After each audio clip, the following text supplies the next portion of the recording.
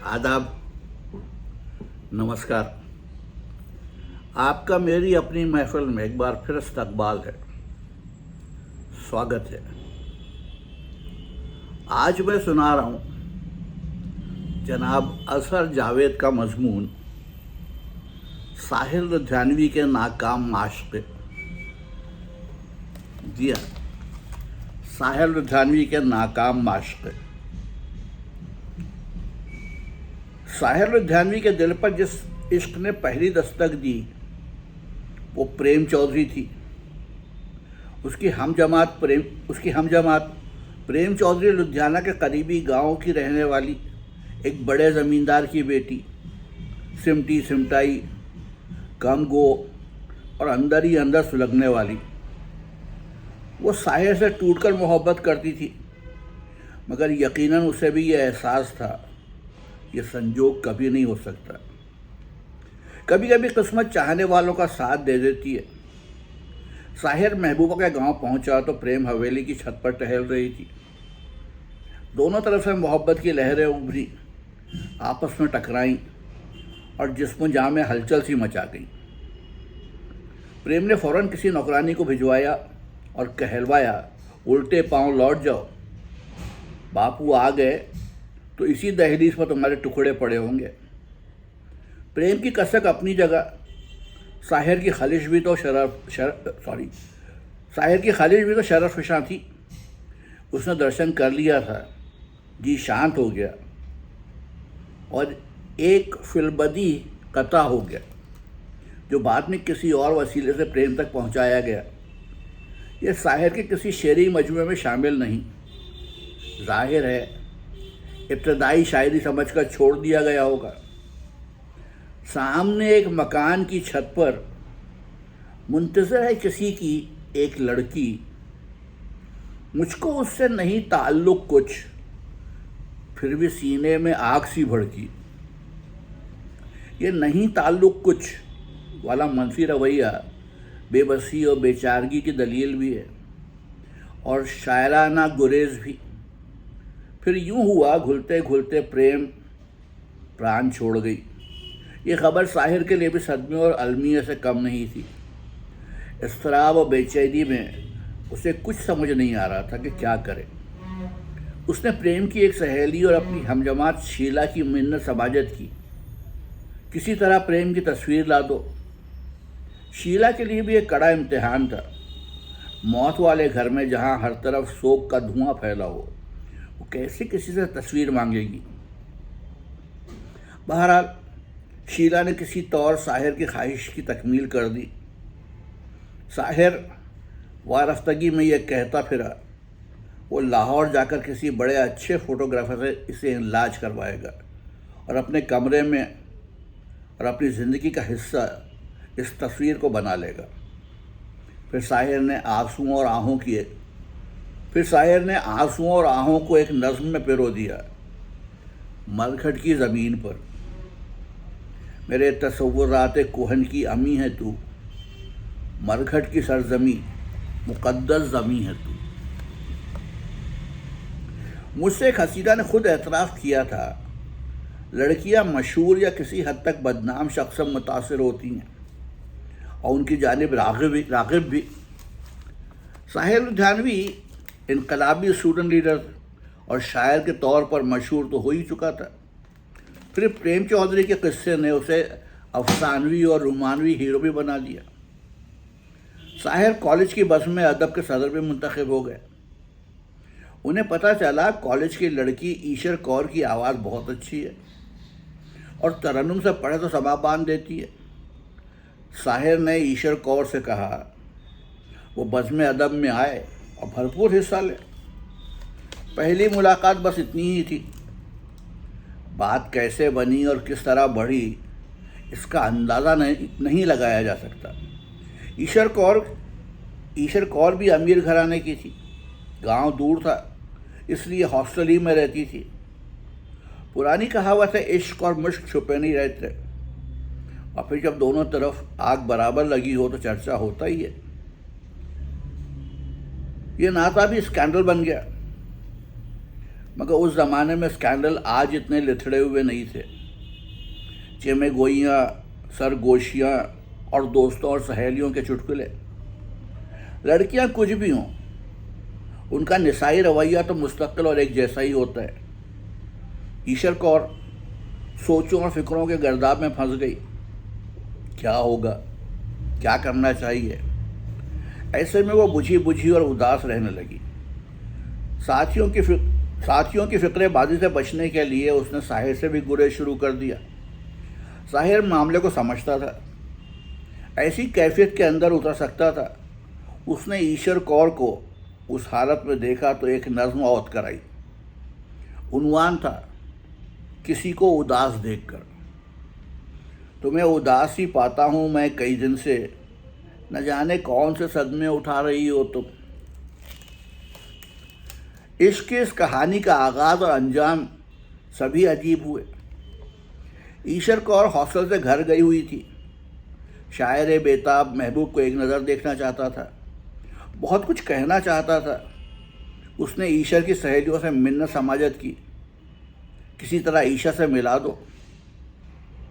मोहब्बत में वारफ्ता नौजवान ये भूल जाते हैं, हासिद और रकीब भी कदम कदम साथ चलते हैं, और ऐसे जिनके बारे में शक भी नहीं किया जा सकता। आखिर लड़कियां ईशर कौर को लेकर हॉस्टल आई। दोनों की मुलाकात हुई। वक्त थम गया या उड़ता चला गया। रकीबों ने प्रिंसिपल को खबर कर दी। वो आए, उन्होंने जो देखा उनके लिए नाकाबिले बर्दाश्त था। खड़े खड़े दोनों को कॉलेज बदली का हुक्म दे दिया। साहिर तो पहले ही मातूब थे। ईशर कौर इश्क की आग में जलने और पिघलने से पहले ही मारी गई। फिर यूं हुआ, इश्क की आग का अलाव बना और ईशर कौर घर बार छोड़कर साहिर के पास पहुंची।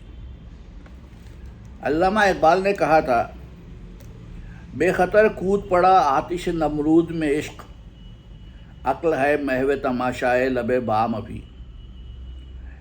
इश्क में अक्ल का क्या काम? जज्बों को कौन से माफ़ करिएगा, जज्बों को बंद भी ना रोक सके। ईशर कौर की जज्बातियत मिसाली थी, मगर उस वक्त साहिर और उनकी वालिदा ने दानाई से काम लिया और ईशर कौर को समझा बुझाकर वापस घर भेज दिया।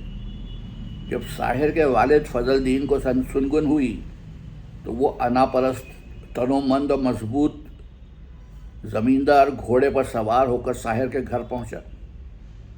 ताल्लुकात की कशीदगी के बावजूद बाप बेटे का रिश्ता बरकरार था। फजलदीन साहब ने अब्दुल हई साहिर को मुखातिब किया। लड़की भगानी ही थी तो मुसलमान लड़की का इंतखाब करते, मैं खुद जाकर घोड़े पर बिठा ला था। फिर अलमनाक अंजाम ये हुआ, ईशर कौर ना घर की रही ना घाट की।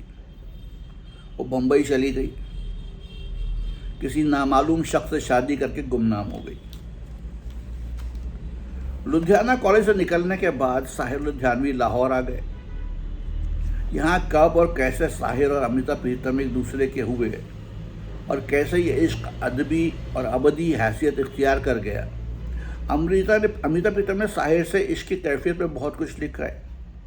नज़मों के अलावा कई अफसानों में भी साहिर साफ झलकता दिखाई देता है। अमृता शादीशुदा थी। अपने हुस्न के माकपन के साथ उसे मौसीकी से भी लगाव था। वो रेडियो स्टेशन लाहौर पर कई प्रोग्राम करती थी। उन दिनों और लम्हों की याद और मोहब्बतों को अमृता प्रीतम ने अपने एक पंजाबी नावल एक थी अनीता में पिरो दिया। उसमें हीरो साहिर सागर बन जाता है। बाद में यह नावल उर्दू में भी छपा। एक थी अनीता, इसके अलावा अमृता की आप बीती, रसीदी टिकट ने तो अदबी हलकों को चौंका दिया।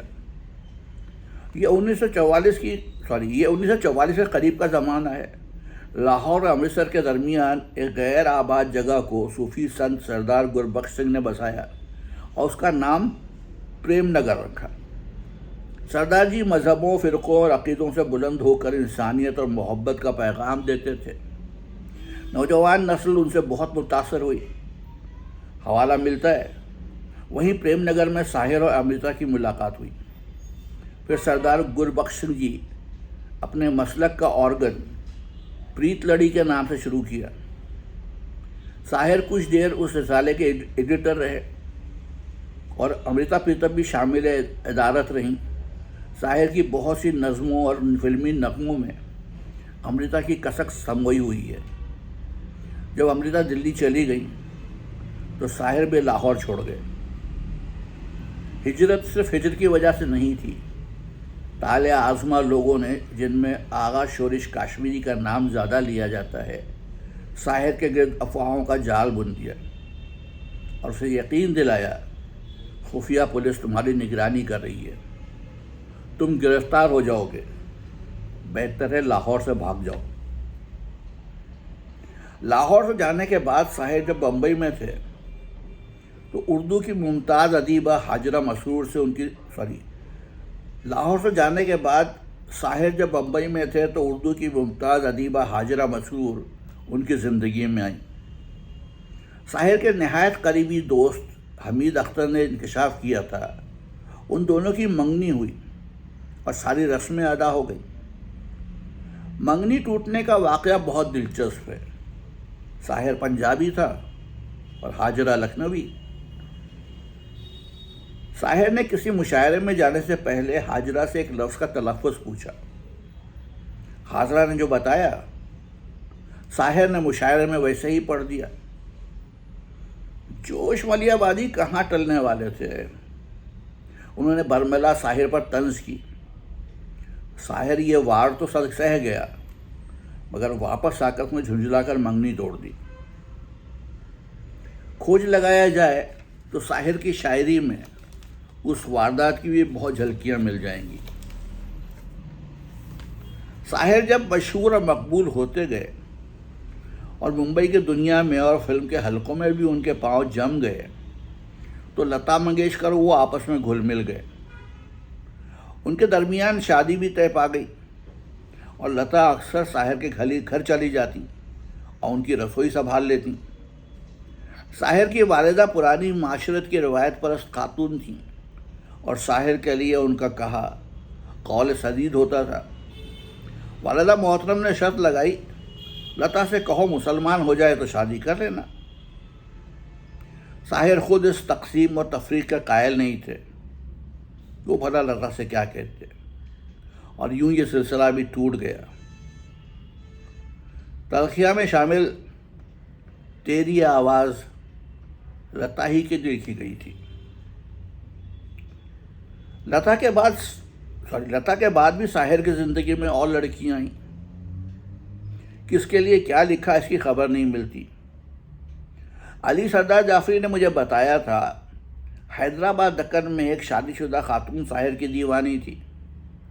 वो लड़की अली सरदार जाफरी और सुल्ताना के यहाँ साहिर से मिलने आई। उसके साथ उसका शौहर भी था।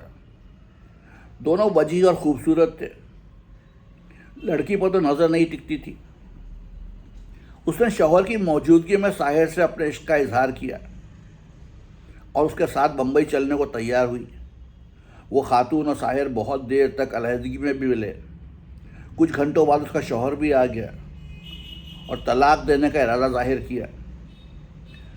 तलाकनामा तैयार करने के लिए वकील की ज़रूरत थी। साहिर भी पूरे रजामंद थे। उस शाम वकील ना मिल सका। दूसरे दिन बम्बई वापसी के लिए रेल टिकट ले लिए गए। साहिर बेचैनी से गाड़ी चलने तक प्लेटफॉर्म पर टहलकर इंतज़ार करते रहे। पता नहीं क्या हुआ कि उस खातून का इरादा और वादा बदल गया। साहिर पर मायूसी के साए छाए। वो टूटा फूटा और ना जाने किस किस नफे में उसने ये गम उंडेला होगा। अमृता के लिए बरसों बाद जो नज़्म कही उसका पस मंज़र भी अनोखा है। अमृता प्रीतम उस वक्त आर्टिस्ट इम्ब्रोस इंद्रजीत की बाहों में लुढ़क चुकी थी। दोनों इकट्ठे रहे। बहुत से करीबी लोगों की गवाही है उन्होंने रस्मी तौर पर शादी ब्याह नहीं किया था।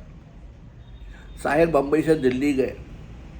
अमृता को फ़ोन किया, मुलाकात की ख्वाहिश की, या मुमकिन है अमृता ने खुद ऐसा इजहार किया हो। मगर सितम ये हुआ, अमृता अमृता इमरोज़ को साथ लेकर होटल पहुंची। बरसों बाद मुलाकात हो रही थी। साहिर तन्हाइयों का डसा हुआ और छुट जाने वालों के कर्ब में था। अमृता अकेले में मिलती तो ना जाने साहिर क्या कुछ कहता। कोई जिंदगी का मस्बत फैसला हो जाता, लेकिन अमृता तो अपनी ज़िंदगी में सुकून भर चुकी थी। उसने कहा, साहिर मेरा ख्वाब था और इमरोज़ ताबीर है। आप रसीदी टिकट पढ़ें, एक थी अनीता देखें, अमेरिका की वारफ्तगी में डूबी हुई नज़में सामने रखें तो साफ पता चलता है। अमृता ने बाद में झूठ कहा था। बात फैल जाएगी, मैं उधर नहीं जाता। मुलाकात के थोड़ी देर बाद ही अमृता इमरोज़ को लेकर चली गई। उधर अमृता घर पहुंची होगी, इधर साहिर का फ़ोन पहुंचा। तुम चली गई हो, तुम्हारे बाद मैं देर तक कभी तुम्हारे ग्लास में कभी अपने ग्लास में शराब डालकर पीता रहा। फिर ये नज़्म हो गई, सुनो। महफिल से उठ जाने वालों, तुम लोगों पर क्या इल्ज़ाम। तुम आबाद घरों के बासी, मैं आवारा और बदनाम, मेरे साथी खाली जाम। 2 दिन तुमने प्यार जताया, 2 दिन तुमसे मेल रहा। अब इस खेल का जिक्र ही कैसा, वक्त कटा और खेल तमाम, मेरे साथी खाली जाम। तुमने ढूंढी सुख की दौलत, मैंने पाला गम का रोग। कैसे बनता कैसे निपटा ये रिश्ता और ये संजोग। मैंने दिल को दिल से तौला, तुमने मांगे प्यार के दाम, मेरे साथी खाली जाम। तुम दुनिया को बेहतर समझे, मैं पागल था खार हुआ। तुमको अपनाने निकला था, खुद से भी बेजार हुआ। देख लिया घर फूंक तमाशा, जान लिया अपना अंजाम, मेरे साथी खाली जाम। बाद में यह नज़्म फिल्म दूज का चांद में शामिल हुई। आप इस नज़्म के कैनवस को देखें। इसमें साहिर की ख्वाहिशें और हसरतें, साहिर और अमृता के गुजरे दिनों की अक्कासी और सारे माजी और हाल की तस्वीर सामने आ जाएगी। और अमृता अगर आप हाथ बढ़ाती तो मुस्तकबिल भी सफल हो सकता था। साहिर लुधियानवी के मारूफ माशकों के अलावा और भी कई एक तरफा इश्क थे। एक तरफा ऐसे के लड़कियों ने साहिर को टूट कर चाहा। बहुत से ऐसे वाक़यात हैं, उनका क्या जिक्र करें। मगर भारत की मशहूर कव्वाला शकीला बानो भोपाली ने तो एक तरह से ज़बरदस्ती साहिर से संबंध बना लिया। पहले उसने साहिर की फिल्मी कव्वाली ये इश्क है को अपनाया और अपना सिक्का जमाया। फिर साहिर से नया कलाम लेने के बहाने मुलाकातें करती रही। लगता है बात बनी नहीं थी, लेकिन इस रूखे पी के ताल्लुक़ ने शकीला बानो भोपाली को और ज़्यादा मशहूर कर दिया। फिर साहिर की ज़िंदगी में सुधा मल्होत्रा आई। खूबसूरत, सलीका शौर और तहजीबी रख रखाव वाली। ये शायद साहिर का आखिरी इश्क था। इसके बाद कुछ मायूसियों ने, कुछ वालिदा की वफ़ात के बाद टूट फूट जाने से साहिर में भी एक ठहराव सा आ गया।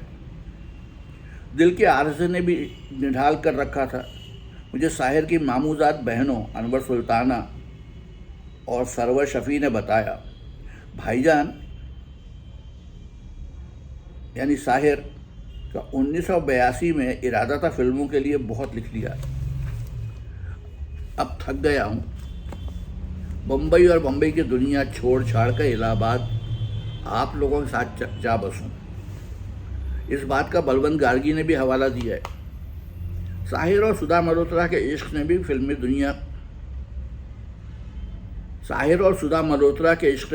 दुनिया क्या पूरे हिंदुस्तान में तहलका मचा दिया। इस इश्क का अंजाम भी नाकामी ठहरी। शादी क्यों ना हो सकी, ये राज कभी नहीं खुला। मैं जब बम्बई गया तो साबिर दत्त जिंदा था। उसका अलग मिजाज था। बात को यूं उड़ा देना उसकी आदत थी। उसका जवाब था, बस नहीं कि साहिर ने शादी। अब कोई क्या बात बढ़ाए। हमीद अख्तर ने बताया है सुधा मल्होत्रा ने ताल्लुक टूटने के बाद साहिर को बहुत बदनाम किया था। क्या कहा था ये उन्होंने भी नहीं खोला। इश्क की सरमस्ती के दिनों में साहिर ने एक गीत लिखा जिसे सुधा ही ने गाया था। उसमें कौन कौन सा दबा जज्बा उभर आया, मुलाहिजा करें। मुझे गले से लगा लो, बहुत उदास हूँ मैं, गमे जहां से छुड़ा लो, बहुत उदास हूँ मैं। ये इंतज़ार का दुख अब सहा नहीं जाता, तड़प रही है मोहब्बत रहा नहीं जाता, तुम अपने पास बुला लो, बहुत उदास हूँ मैं। भटक चुकी हूँ बहुत ज़िंदगी की राहों में, मुझे अब आके छुपा लो तुम अपनी बाहों में। मेरा सवाल न टालो, बहुत उदास हूँ मैं। हर एक सांस में मिलने की आस चलती है, सुलग रहा है बदन और रूह जलती है, बचा सको तो बचा लो, बहुत उदास हूँ मैं। मुझे गले से लगा लो, बहुत उदास हूँ मैं। ये उदासी, बेबसी और बेसबाती यकीनन सुधा मल्होत्रा ही की हालत की गवाह है। साथ साथ साहिर की बेचारगी भी गूंधी हुई है। और आखिर वही हुआ जो होता आया था। सुधा मल्होत्रा की शादी की खबर निकली, मंगनी हो गई तो कुछ अहले दिल ने एक इमारत की टेरेस पर शाम साहिर मनाने का एहतमाम किया। उसमें आखिरी बार सुधा मल्होत्रा भी शामिल हुई थी। कुछ लोगों ने इज़हार ख्याल किया। मौसीकारों और गुलकारों ने साहिर के नगमे अलापे और ख़ुद सुधा मल्होत्रा ने भी साहिर के गीत सुनाए। आखिर में साहिर लुधियानवी ने ताज़ा नज़्म सुनाई, खूबसूरत मोड़, चलो एक बार फिर से अजनबी बन जाएं हम दोनों। उस शाम का अहवाल बयान करने वालों का कहना है, महफिल में मौजूद हर मोहब्बत नवाज फर्द की आंखें नम थीं। सुधा मल्होत्रा अभी अपने आंसुओं और जज्बात को संभालने में नाकाम रही। बेख्तियारी में उठी, चुपचाप आंचल में अश्कों के सितारे टाँकती हुई फ्लैट की सीढ़ियाँ उतर गई। साहिर भी बेकरारी पर काबू ना पा सके, उठे, न बात की, न आंखें मिलाईं और सीढ़ियाँ उतर गए। महफिल वालों का कहना है सुधा अपनी कार में और साहिर अपनी कार में बैठे और सारे माहौल और सारी महफिल को अजनबी बनाकर अपनी अपनी मंजिलों की तरफ रवाना हो गए, फिर कभी ना मिलने के लिए।